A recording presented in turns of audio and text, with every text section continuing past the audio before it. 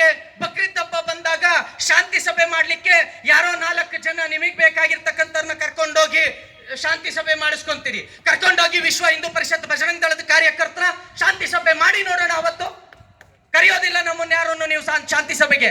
ಯಾಕೆ ಕರೆಯೋದಿಲ್ಲ? ನಿಮ್ಮ ತಾಳಕ್ಕೆ ಕುಣಿಯೋದಿಲ್ಲ ಅಂತ. ನೀವು ಬಕ್ರೀದ್ನ ಶಾಂತಿ ಸಭೆ ಮಾಡಿದಾಗ ಕರಿಬೇಕಿತ್ತು ನಮ್ಮನ್ನ. ನಾವ್ ಹೇಳ್ತಿದ್ವಿ ಆಗ, ಎಲ್ಲೆಲ್ಲಿ ಕಸಾಯಿಖಾನೆಗಳಿದಾವೆ, ಎಲ್ಲೆಲ್ಲಿ ಗೋ ಹತ್ಯೆ ಆಗ್ತಾ ಇದೆ, ಮೊದಲು ಅದನ್ನ ನಿಲ್ಲಿಸಿ ಆಮೇಲೆ ಶಾಂತಿ ಸಭೆ ಮಾಡೋಣ ಅಂತ. ಶಾಂತಿ ಸಭೆಯ ಸೋಗಿನಲ್ಲಿ ಇವತ್ತು ಸಮಾಜವನ್ನು ತಲೆ ಹಿಡಿಯೋ ಕೆಲಸವನ್ನ ಇವತ್ತು ಇಲಾಖೆಗಳು ಮಾಡೋದನ್ನ ನಿಲ್ಲಿಸಬೇಕು.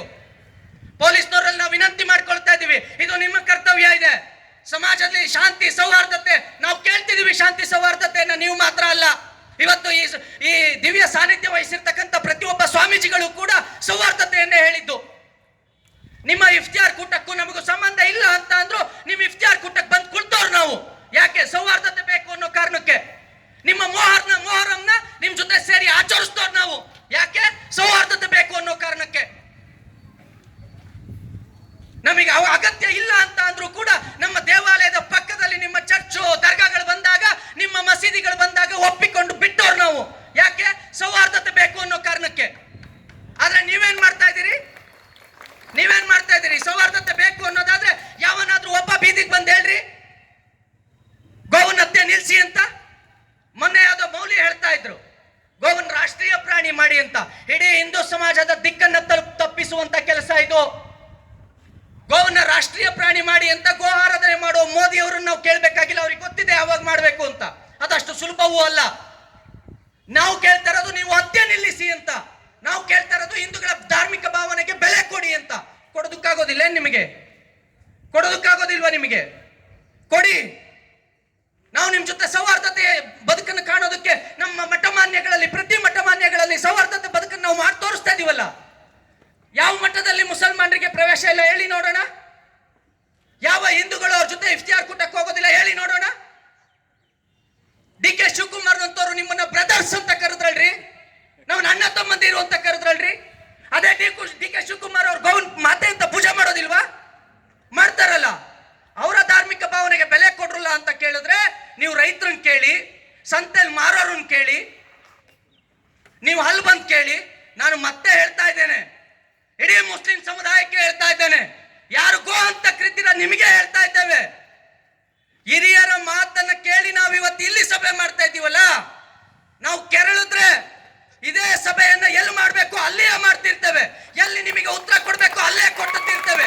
ಹೆಚ್ಚು ದಿನ ತಡ್ಕೊಳ್ಳೋದಕ್ಕೆ ಸಾಧ್ಯ ಇಲ್ಲ. ಇದನ್ನ ನಿಮ್ಮ ಏರಿಯಾಗಳಲ್ಲಿ ಗೋ ಹತ್ಯೆಯನ್ನ ನಿಲ್ಲಿಸ್ತಿಲ್ಲ ಅಂತ ಅಂದ್ರೆ ನಿಮ್ಮ ಏರಿಯಾದ ಒಳಗೆ ಬಂದು ಆ ಕಾನೂನು ಬಾಹಿರ ಗೋ ಹತ್ಯೆಯನ್ನ ತಡೆಯುವ ತಾಕತ್ತು ಹಿಂದೂ ಸಮಾಜಕ್ಕಿದೆ. ನಾವು ಮಾಡಿ ತೋರಿಸ್ತೇವೆ ಅನ್ನೋ ಸಂದೇಶವನ್ನ ಇಲ್ಲಿಂದ ಕೊಡ್ತಾ ಇದ್ದೀವಿ. ಮತ್ತೆ ನಾನು ಪೊಲೀಸ್ ಇಲಾಖೆಗೆ ಹೇಳ್ತಾ ಇದ್ದೇನೆ, ದಯವಿಟ್ಟು ಕಾನೂನು ಬಾಹಿರ ಚಟುವಟಿಕೆಯನ್ನ ನೀವು ನಿಲ್ಲಿಸಿ. ಇಲ್ಲ ಅಂದ್ರೆ ನಾವು ನಿಲ್ಲಿಸಬೇಕಾಗತ್ತೆ. ಎಲ್ರು ಹೇಳ್ತಾರೆ ನಮ್ಮನ್ನ ದಿಕ್ಕು ತಪ್ಪಿಸುವ ಕೆಲಸ. ಕಸಾಯಿಖಾನೆ ಮುಚ್ಚಿ ಎಂದಾಗ, ಗೋಹತ್ಯೆಯನ್ನ ನಿಲ್ಲಿಸಿ ಎಂದಾಗ ನಮ್ಮೆಲ್ಲರ ಮುಂದೆ ಇರುವಂತ ಒಂದೇ ಒಂದು ಇದನ್ನ ತರ್ತಾರೆ, ಎಕ್ಸ್ಪೋರ್ಟ್ ನಿಲ್ಲಿಸಿ. ಕೇಳಿದಿರಲ್ಲ? ಎಕ್ಸ್ಪೋರ್ಟ್ ನಿಲ್ಲಿಸಿ. ದೇಶೀಯ ತಳಿ ಗೋವು ಮತ್ತು ಎತ್ತು 2014ರಲ್ಲಿ ನರೇಂದ್ರ ಮೋದಿ ಅವರು ಪ್ರಧಾನಿಯಾದ ಮರುಕ್ಷಣವೇ ಈ ಎರಡನ್ನೂ ಕೂಡ ನಿಲ್ಲಿಸಿದ್ದಾರೆ. ಯಾರಾದ್ರೂ ಎಕ್ಸ್ಪೋರ್ಟ್ ಮಾಡಿದ್ರೆ ನಿಮ್ಮನ್ನ ದಿಕ್ಕು ತಪ್ಪಿಸುವ ಕೆಲಸ ನಡೀತಾ ಇದೆ. ಅಲ್ ಕಬೀರ್ ನಿಮ್ದೆ, ಮುಸಲ್ಮಾನರದು, ಜಿಹಾದಿದದು. ಯಾಕೆ ಪೊಲೀಸ್ನವರು ಇದ್ರ ವಿರುದ್ಧ ಕ್ರಮ ಜರುಗಿಸೋದಿಲ್ಲ? ಯಾವನೋ ಒಬ್ಬ ಯಾರೋ ನಮ್ಮ ಕಾರ್ಯಕರ್ತ ಇನ್ಸ್ಟಾಗ್ರಾಮ್ ಅಲ್ಲಿ ಒಂದು ಪೋಸ್ಟ್ ಹಾಕಿದ್ರೆ ಪ್ರಚೋದನೆ ಅಂತಿರಲ್ರಿ. ದಿನನಿತ್ಯ ಆ ಮುಸಲ್ಮಾನರ ಜಿಹಾದಿಗಳಿಗೆ ಸಂಬಂಧಪಟ್ಟಂತ ಆ ಕಂಪನಿಗಳ ಹೆಸರನ್ನ ಹಿಂದೂಗಳ ಹೆಸರಿಗೆ ಬರೆದು ಪ್ರಚೋದನೆ ಮಾಡ್ತಿದಾರಲ್ಲ. ಇವತ್ತು ಬಕ್ರೀದ್ ಹಬ್ಬ ಬಂದಾಗ ಕುರ್ಬಾನಿ ಕೊಡ್ಲಿಕ್ಕೆ ಅಂತ ಹೇಳಿ ಒಂಟೆ ಮತ್ತು ಗೋವುಗಳ ಚಿತ್ರವನ್ನ ತೆಗೆದು ಇನ್ಸ್ಟಾಗ್ರಾಮ್ ಅಲ್ಲಿ ಹಾಕಿದ್ರಲ್ಲ, ಪ್ರವೋಕ್ ಮಾಡಿದ್ರಲ್ಲ. ಯಾಕೆ ನೀವು ಅವ್ರ ಮೇಲೆ ಕ್ರಮ ಜರುಗಿಸೋದಿಲ್ಲ? ಒಂದ್ ಕಣ್ಣಿಗೆ ಬೆಣ್ಣೆ ಒಂದ್ ಕಣ್ಣಿಗೆ ಸುಣ್ಣನಾ? ಇದೇ ಸರ್ಕಾರ ಇರೋದಿಲ್ಲ. ಕೊನೆವರೆಗೂ ಪೊಲೀಸ್ನವರೇ ನೆನ್ಪಿಡ್ಕೊಳ್ಳಿ. ನೀವು ಯಾರಿಗೆ ಗುಲಾಮ್ಗಿರಿ ಮಾಡ್ತಿದ್ದೀರೋ ಅದೇ ಸರ್ಕಾರ ಕೊನೆಯವರೆಗೂ ಇರೋದಿಲ್ಲ. ಒಂದು ದಿನ ನಾವು ಬಂದೇ ಬರ್ತೇವೆ. ಬಂದ ದಿನ ಉತ್ತರ ಬಹಳ ತುಂಬಾ ತುಂಬಾ ಕಠಿಣವಾಗಿರುತ್ತೆ. ಅದಕ್ಕೆ ಮುಂಚೆ ನೀವೇ ಕಾನೂನು ಬಾಹಿರ ಕಸಾಯಿಖಾನೆಗಳನ್ನ ಮುಚ್ಚಿಸಿ. ಮತ್ತು ಇನ್ಸ್ಟಾಗ್ರಾಮ್ಗಳಲ್ಲಿ, ಫೇಸ್ಬುಕ್ ಅಲ್ಲಿ, ಸಾಮಾಜಿಕ ಜಾಲತಾಣಗಳಲ್ಲಿ ಬೀಫ್ ಎಕ್ಸ್ಪೋರ್ಟ್ ಆಗ್ತಾ ಇದೆ, ಗೋವು ಎಕ್ಸ್ಪೋರ್ಟ್ ಆಗ್ತಾ ಇದೆ ಅಂತ ಹೇಳಿ ಯೋಗಿ ಆದಿತ್ಯನಾಥ್ ಅವ್ರದ್ದು ಮೋದಿ ಫೋಟೋ ಹಾಕಿ ಯಾರೆಲ್ಲ ಅಪಪ್ರಚಾರ ಮಾಡ್ತಿದ್ದಾರೋ ಅವ್ರಗಳ ವಿರುದ್ಧ ನೀವು ಕ್ರಮ ಜರುಗಿಸ್ಲಿಲ್ಲ ಅಂತ ಅಂದ್ರೆ ಅದೇ ಇನ್ಸ್ಟಾಗ್ರಾಮ್ ಅಲ್ಲಿ ನಾವೇ ಹೆಂಗ್ ಮಾತಾಡ್ಬೇಕು ಅನ್ನೋದು ಗೊತ್ತಿದೆ. ನಮ್ ಖಾತೆಗಳನ್ನು ಬಂದ್ ಮಾಡ್ತೀರಿ ನೀವು. 2 ವರ್ಷ ನಮ್ ಖಾತೆಗಳನ್ನು ನಿರ್ಬಂಧ ಮಾಡ್ತೀರಿ. ನಮ್ಮ ಹಿಂದೂ ಕಾರ್ಯಕರ್ತರ ಖಾತೆಗಳನ್ನು ನಿರ್ಬಂಧ ಮಾಡ್ತೀರಿ. ಅಲ್ಲಿ ಕುತ್ಕೊಂಡು ಯಾವನೋ ಸುಳ್ಳು ಸುಳ್ಳು ಅಪಪ್ರಚಾರ ಮಾಡ್ಬೇಕಾದ್ರೆ ಬೀಫ್ ಎಕ್ಸ್ಪೋರ್ಟ್ ಆಗ್ತಾ ಇದೆಯೇನ್ರಿ? ಬನ್ರಿ, ಯಾರಾದ್ರೂ ಒಬ್ರು ಪೊಲೀಸ್ನವ್ರು ನಿಂತ್ಕೊಂಡು ಹೇಳ್ರಿ, ಇಲ್ಲಿ ಬೀಫ್ ಎಕ್ಸ್ಪೋರ್ಟ್ ಆಗ್ತಾ ಇದೆ, ಎತ್ತು ಮತ್ತು ಗೋವಿನ ಮಾಂಸ ಎಕ್ಸ್ಪೋರ್ಟ್ ಆಗ್ತಾ ಇದೆ ಅಂತ ಬಂದು ನಿಂತ್ಕೊಂಡು ಹೇಳ್ರಿ ನೋಡೋಣ. ಅದು ಸುಳ್ಳು ಅನ್ನೋದಾದ್ರೆ ಹಿಂದೂ ಸಮಾಜವನ್ನ ಕೆರಳಿಸ್ತಾ ಇರ್ತಕ್ಕಂಥ ವ್ಯಕ್ತಿಗಳ ವಿರುದ್ಧ ಕ್ರಮ ಯಾಕೆ ಜರುಗಿಸೋದಿಲ್ಲ ನೀವು? ಮತ್ತೆ ನಾನು ಎಲ್ಲರಿಗೂ ಹೇಳ್ತಾ ಇದ್ದೀನಿ, ತಾಕತ್ತಿದ್ರೆ ಪ್ರೂವ್ ಮಾಡಿ. 1 kg ಗೋವಿನ ಮಾಂಸ ಅಂದ್ರೆ ಎತ್ತು ಮತ್ತು ಹಾಲು ಕೊಡುವ ಆಕಳು ಗೋವಿನ ಮಾಂಸ ಈ ನೆಲದಿಂದ ರಫ್ತಾಗ್ತಿದೆ ಹೊರದೇಶಕ್ಕೆ ಅಂತ ಯಾರಾದ್ರೂ ಸಾಕ್ಷಿ ಸಮೇತ ರುಜುವಾತು ಮಾಡಿದ್ರೆ 10 ಲಕ್ಷ ಬಹುಮಾನವನ್ನು ನಿಮಗೆ ಕೊಡ್ತೇವೆ. ತಾಕತ್ತಿದ್ದವನು ಅವನಾರು ಬನ್ನಿ, ಇಲ್ಲಿಗೆ ತಾಕತ್ತಿದ್ದವನು ಬಂದು ಪ್ರೂವ್ ಮಾಡಿ. ಇವತ್ತು ಪೊಲೀಸ್ನವ್ರ ಜೊತೆ ಕರ್ಕೊಂಡು ಹೋದ್ರೆ ಎಂತ ಕೆಲಸ ಮಾಡ್ತಿದ್ದಾರೆ ಅಂತ ಅಂದ್ರೆ, ನಿಮಗೆ ಮಾಹಿತಿ ಕೊಡಿ, ನಾವು ಹಿಡಿತೀವಿ, ಮಾಹಿತಿ ಕೊಡಿ, ನೀವ್ ಯಾಕೆ ಹೋಗ್ತೀರಾ? ನಿಮಗೆ ಮಾಹಿತಿ ಕೊಟ್ರೆ ನಾವು ಹೋಗೋದ್ರೊಳಗೆ ಅಲ್ಲಿ ಗೋವು ಖಾಲಿ, ಕಸಾಯಿಖಾನೆನೂ ಖಾಲಿ. ನಂಗೆ ತುಂಬಾ ಜನ ಹೇಳೋದು, ಪುನೀತ್ ಅವರೇ ನೀವ್ ಯಾಕೆ ಈ ಕೆಲಸ ಮಾಡ್ತೀರಿ? ಪೊಲೀಸ್ನವ್ರಿಗೆ ಹೇಳಿ ಅವ್ರು ಮಾಡ್ತಾರೆ. ಪೊಲೀಸ್ನವ್ರಿಗೆ ಫೋನ್ ಮಾಡಿ ಹೇಳಿದ 10 ನಿಮಿಷಕ್ಕೆ. ಮೊನ್ನೆ ಒಂದೇ ಒಂದು ಇನ್ಸಿಡೆಂಟ್ ಹೇಳ್ತೀನಿ ಸ್ನೇಹಿತರೆ. ನಾನು ಯಡಿಯೂರಿನಿಂದ ಗಾಡಿ ಫಾಲೋ ಮಾಡ್ತಾ ಇದ್ದೀನಿ, ಕುಣಿಗಲ್ನಲ್ಲಿ ಅದನ್ನ ಹಿಡಿಬೇಕು. 112 ಫೋನ್ ಮಾಡಿದೆ. ಅವ್ರು ಅಲ್ಲಿ ಲೋಕಲ್ ಸ್ಟೇಷನ್ಗೆ ಹೇಳಿದ್ರು, ಸರ್ ಹಿಂಗೆ ಗಾಡಿ ಬರ್ತಾ ಇದೆ, ಗಾಡಿ ನಂಬರ್ ಹಿಂಗಿದೆ ಅಂತ.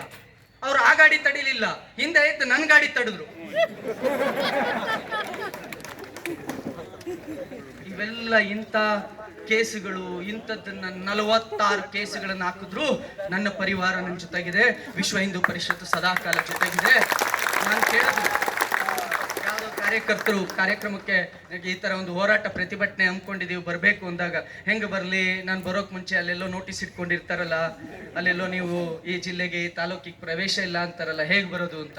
ಇಲ್ಲ ನೀವು ಬನ್ನಿ, ಇದು ವಿಶ್ವ ಹಿಂದೂ ಪರಿಷತ್ ಕಾರ್ಯಕ್ರಮ, ನೀವು ಬನ್ನಿ, ನಿಮ್ಗೆ ಯಾವುದೇ ರೀತಿ ಅಡೆತಡೆ ಇಲ್ಲದೆ ನಾವು ನಿಮಗೆ ವೇದಿಕೆಯನ್ನು ಕಲ್ಪಿಸಿ ನಿಮಗೆ ಆ ಶಕ್ತಿ ತುಂಬಿ ಮತ್ತಷ್ಟು ಹೋರಾಟಕ್ಕೆ ನಿಮಗೆ ಶಕ್ತಿ ತುಂಬಿ ಕಳಿಸ್ತೀವಿ ಅಂತ ಹೇಳಿ ಇವತ್ತು ನೀವೆಲ್ಲರೂ ಇಲ್ಲಿ ಬಂದು ಕುಳಿತು ಈ ಮಟ್ಟದಲ್ಲಿ ಈ ಹೋರಾಟವನ್ನು ಯಶಸ್ವಿಗೊಳಿಸಿದ್ದೀರಾ. ನಾನು ಎಲ್ಲ ದಿವ್ಯ ಸಾನ್ನಿಧ್ಯ ವಹಿಸಿರ್ತಕ್ಕಂಥ ಗುರು ಹಿರಿಯಲ್ಲಿ ಮಠಮಾನ್ಯದ ಶ್ರೀಗಳಲ್ಲಿ ಕೇಳ್ಕೊಳ್ತೀನಿ, ಆದಷ್ಟು ಗೋಶಾಲೆಗೆ ಒತ್ತು ಬರುವಂತೆ ನೀವೆಲ್ಲ ಸ್ವಾಮೀಜಿಗಳು, ನಿಮ್ಮ ಇಡೀ ಎಲ್ಲ ಮಠಮಾನ್ಯಗಳು ಒಂದಾಗಿ ಗೋಶಾಲೆಗೆ ಹೆಚ್ಚಿನ ಅನುದಾನ ಬರುವಂತೆ ಸರ್ಕಾರವನ್ನ ನಿಮ್ಮ ಮಾತು ಕೇಳ್ತಾರೆ ಅನ್ಸುತ್ತೆ. ಈಗಿರ್ತಕ್ಕಂಥ ಈಗ ನಾಳೆ ನಾಡ್ದ್ರಲ್ಲಿ ಮುಖ್ಯಮಂತ್ರಿ ಆಗೋರು ಎಲ್ಲ ಸ್ವಾಮೀಜಿಗಳು ಮತ್ತೆ ಹೋಗಿ ಆ ಗೋಹತ್ಯೆ ಮಾಡ್ತಕ್ಕಂಥ ಜಮೀರ್ ಅಹಮದ್ ಖಾನ್ಗೆ ಸಚಿವ ಸ್ಥಾನ ಕೊಡಿ ಅಂತ ಕೆಲವರು ಹೋಗಿದ್ದಾರಂತೆ. ದಯವಿಟ್ಟು ಕಾವಿ ಹಾಕಿರ್ತಕ್ಕಂಥ ನಮ್ಮ ಸ್ವಾಮೀಜಿಗಳು ಈ ವೇದಿಕೆ ಮೇಲೆ ಬಂದಿರೋದು ನಮ್ಮ ಪುಣ್ಯ.